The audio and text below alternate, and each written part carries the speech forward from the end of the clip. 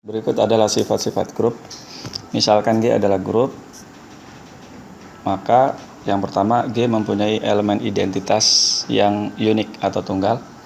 Jika A, B, dan C anggota G dan AB sama dengan AC, maka B sama dengan C. Ini sudah pernah kita bahas. Kemudian setiap anggota G mempunyai inversi yang tunggal. Ini buktinya. Yang pertama, misal E dan E aksen adalah identitas di G, maka A kali E sama dengan E kali A sama dengan A, dan A kali E aksen sama dengan E aksen kali A sama dengan A untuk setiap A anggota G. Oke ya. Sekarang pilih A sama dengan E aksen pada persamaan yang pertama. Pada kesamaan yang pertama. Maka A dikali E aksen dikali E tentu saja sama dengan E aksen. Kemudian pilih A sama dengan E untuk kesamaan yang kedua. Maka kita peroleh E dikali E aksen, yang ini juga sama dengan E aksen kali E sama dengan E. Oke, sekarang berdasarkan itu, hal tersebut kita diperoleh E aksen itu sama dengan E dikali E aksen sama dengan E.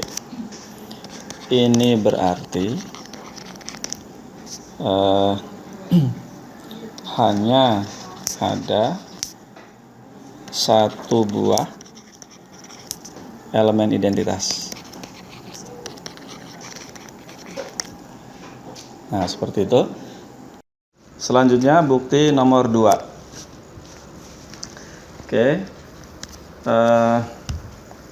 berdasarkan definisi grup,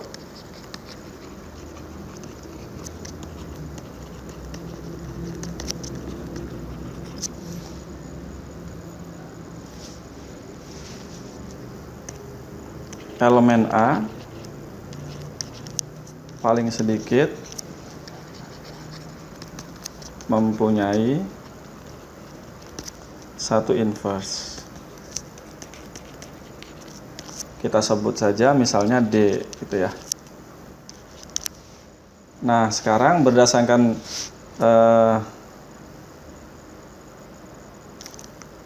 sifat inverse ya, sehingga saya tulis ini sedemikian sehingga D kali A sama dengan A kali D sama dengan E gitu ya. Nah, kemudian berdasarkan hipotesis, hipotesisnya tadi AB sama dengan AC, AB sama dengan AC gitu ya. Maka kita kalikan kedua ruas dengan D,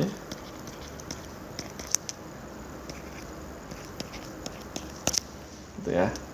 Nah, kemudian berdasarkan sifat asosiatif,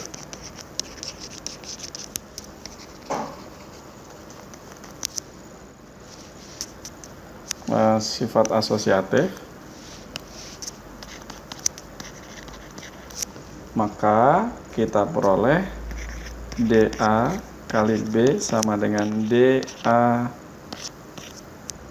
kali C Dan ini DA-nya itu adalah identitas karena D telah inverse tadi ada di atas, sama dengan E kali C, akibatnya ya B sama dengan C, jadi terbukti.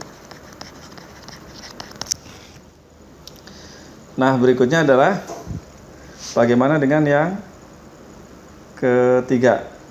Kira-kira kalau yang ketiga nanti bisa sambil baca di bukunya. Misalnya inverse-nya itu lebih dari 1. Ya. Misalnya inverse-nya lebih dari 1, kita sebut saja inverse-nya itu inverse dari A itu adalah C dan C aksen. Jadi misal ini saya tulis begini saja. Inverse AG itu misalnya lebih dari 1.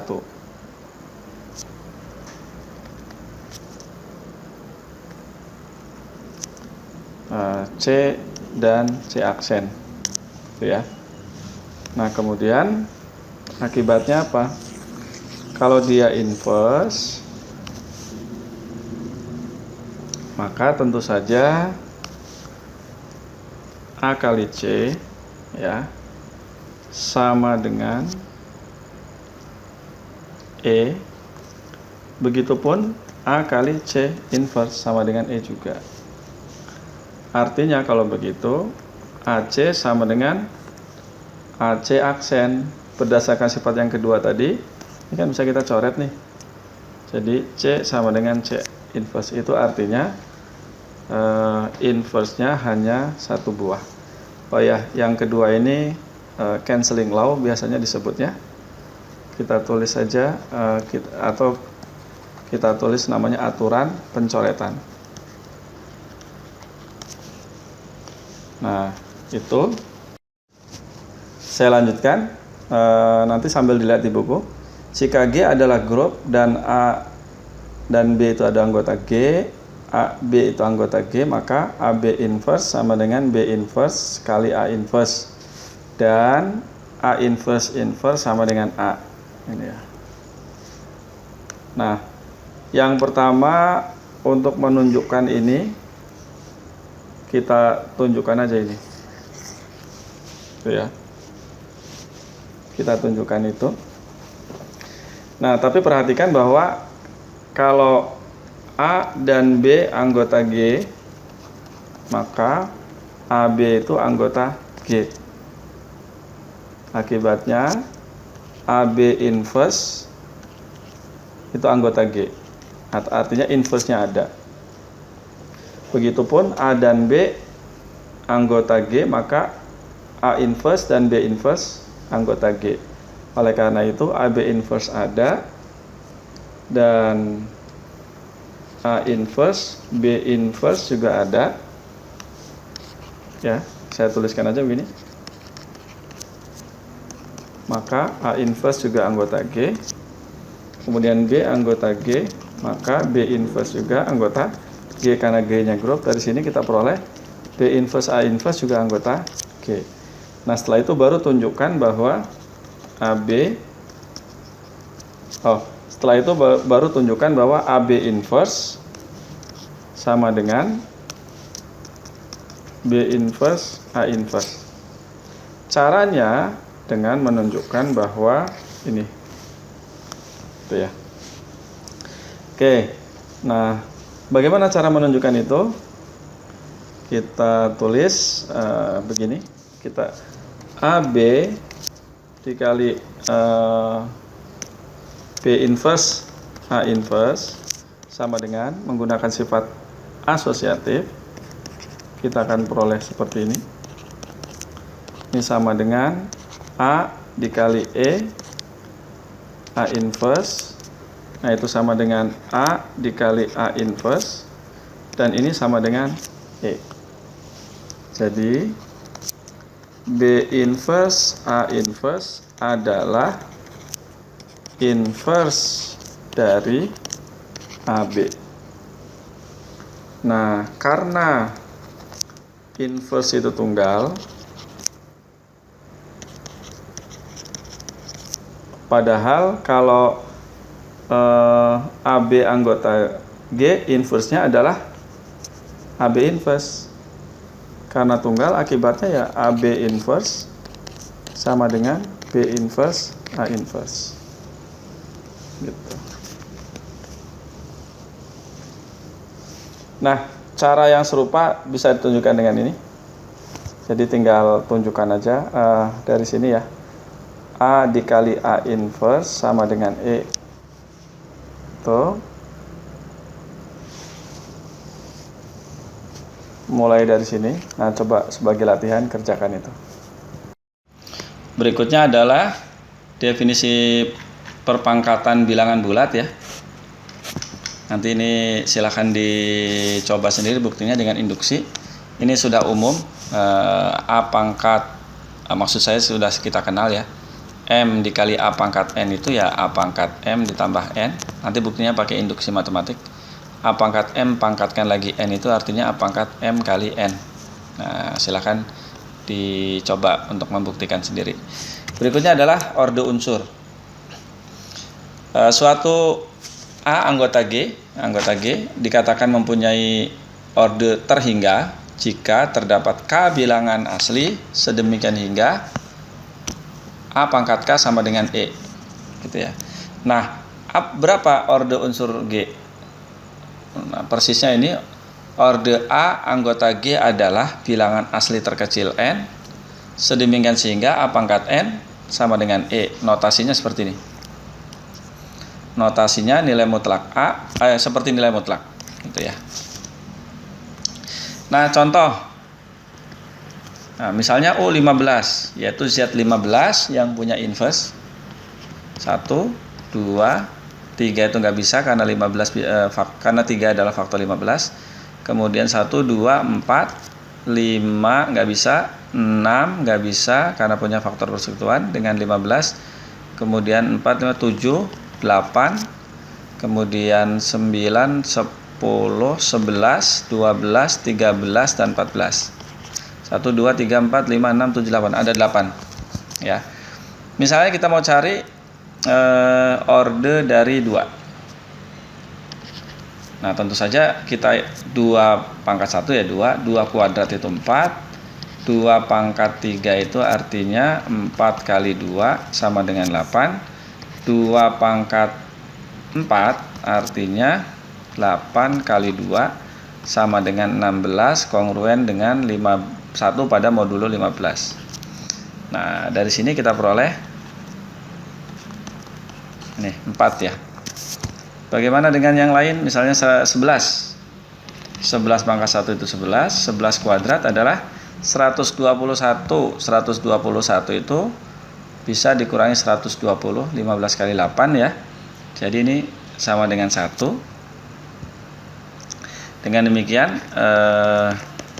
orde dari 11 adalah 2. Tentu saja orde 1 adalah 1 ya. Kemudian berikutnya contoh yang lain misalnya D4. Coba dilihat lagi dihedral itu ya.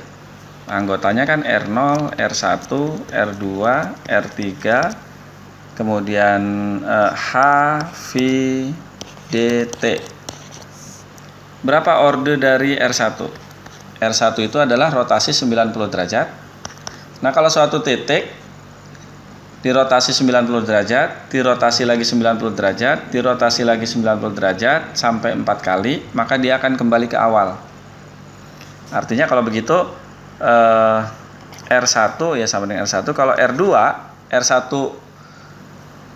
pangkat 2 atau R1 komposisi R1 itu akan hasilnya R2. R1 pangkat 3 artinya ini sudah pangkat 2-nya sudah ya. Komposisi R1 dan itu sama dengan ini maksudnya ya R2 betul. Dan R1 kuadratnya itu adalah R2, komposisi R1 kan sama dengan R3. Kemudian pangkat 4 ini artinya R1 pangkat 4 dikali atau komposisi ini pangkat 3 maksud saya 1 gitu ya. Dan ini hasilnya ya kembali lagi jadi R0, kembali ke titik semula. Dengan demikian saya tulis di sini ini adalah 4. Sekarang coba cari berapa orde R3, berapa orde H, berapa orde V, dan lain-lain. Nah, tentu harus dibedakan, ada orde unsur, ada orde grup. Kalau orde grup itu ya tentu banyaknya anggota grup itu, banyaknya anggota grup atau kardinalitas himpunannya. Saya lanjutkan. Teorema 7.5 dan koroleri 7.6 coba dipelajari dari buku ya. Nah, sekarang beberapa contoh soal. Misalnya soal nomor 24. Nanti saya acak aja ini. Nomor 24 itu soalnya jika A anggota G, maka orde A sama dengan orde A inverse, gitu ya. Nah, buktinya kita misalkan dulu. Misalkan itu orde A sama dengan N misalnya. Akibatnya A pangkat N sama dengan E. Ingat, N-nya adalah pangkat terkecil sedemikian sehingga seperti itu. Kemudian perhatikan kalau kedua ruas kita pangkatkan dengan dengan negatif 1. Kita peroleh seperti ini. Dan berdasarkan definisi perpangkatan yang tadi coba pelajari lagi itu, ini kan menjadi A pangkat min 1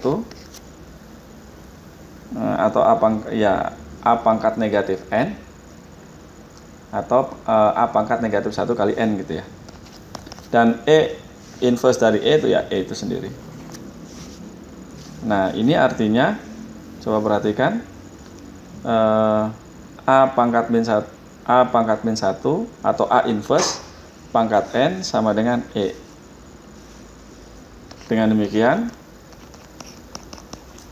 ya sama ya. Tapi bagaimana kita yakin bahwa N adalah pangkat terkecil?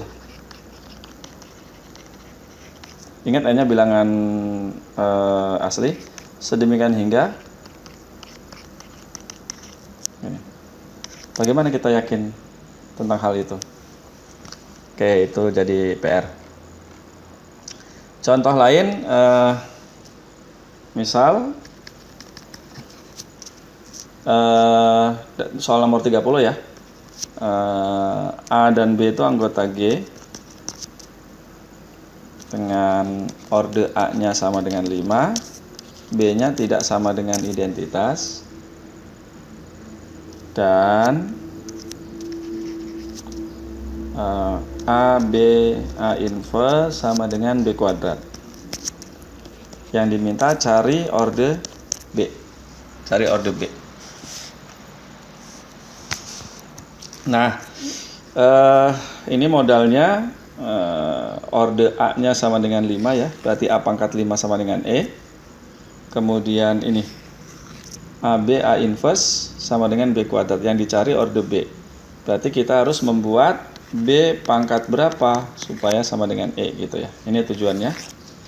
Nah, tapi dari situ mungkin kita bisa mulai dari sini ya. AB A inverse kita kuadratkan aja. Kuadrat.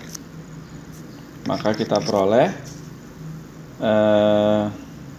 hati-hati karena belum tentu komutatif. Jadi kuadratnya begini. Nah, kalau ini B pangkat 4.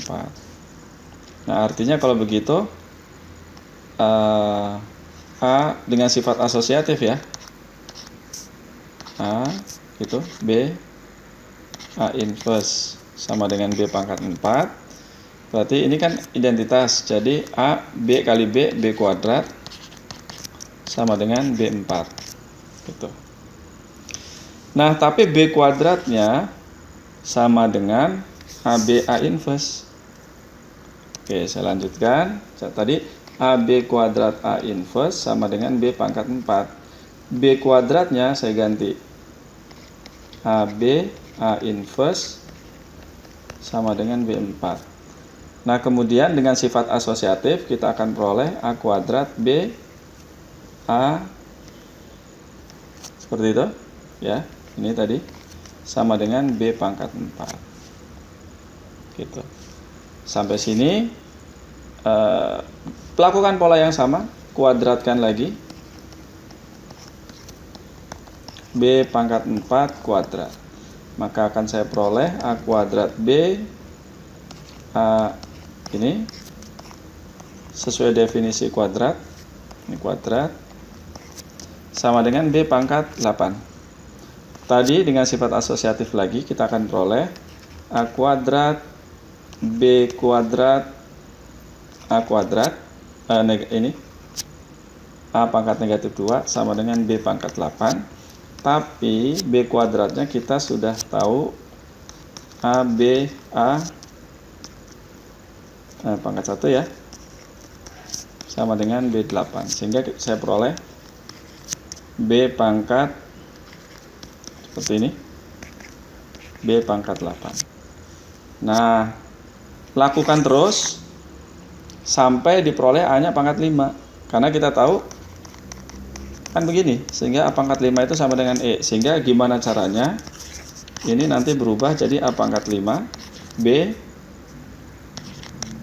gitu. Lanjutkan.